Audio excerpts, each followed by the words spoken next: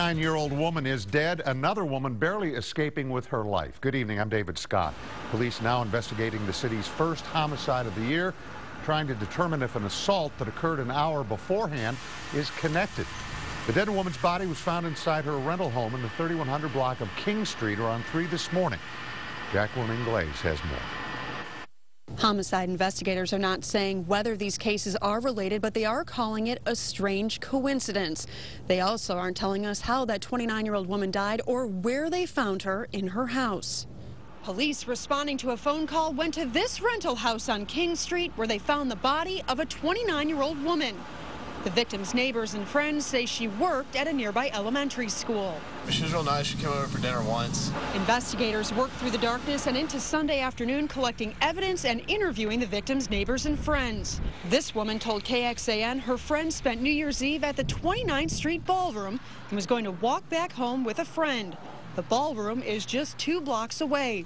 She seemed a really nice girl. It's sad that this happened to her. The woman lived alone and did not have a boyfriend.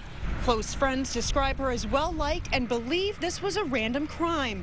And they could be right, considering another woman says she was attacked by a man around 2 a.m. Sunday in front of the dead victim's house. I was walking home from a birthday party and I noticed a man was following me. This woman, who's asked us to conceal her identity for safety reasons, ran to this house for help. People were partying on the porch, and she says she waited with them until the man disappeared.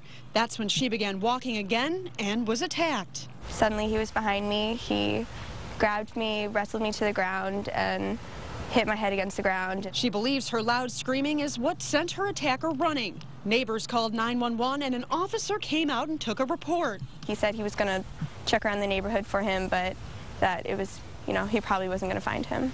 Instead of finding the man, police found their first homicide victim of the year just an hour later. A native of El Paso, police are not releasing the victim's name until family members in that border town are notified. The woman who says she was assaulted described her attacker as a black male between 5'9" and 6 foot tall with a round face and shaved head.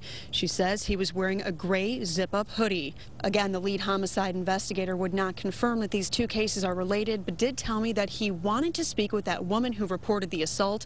She ended up coming out here, and detectives did get to interview her for about 20 minutes. In Central Austin, Jacqueline Inglés, KXAN News.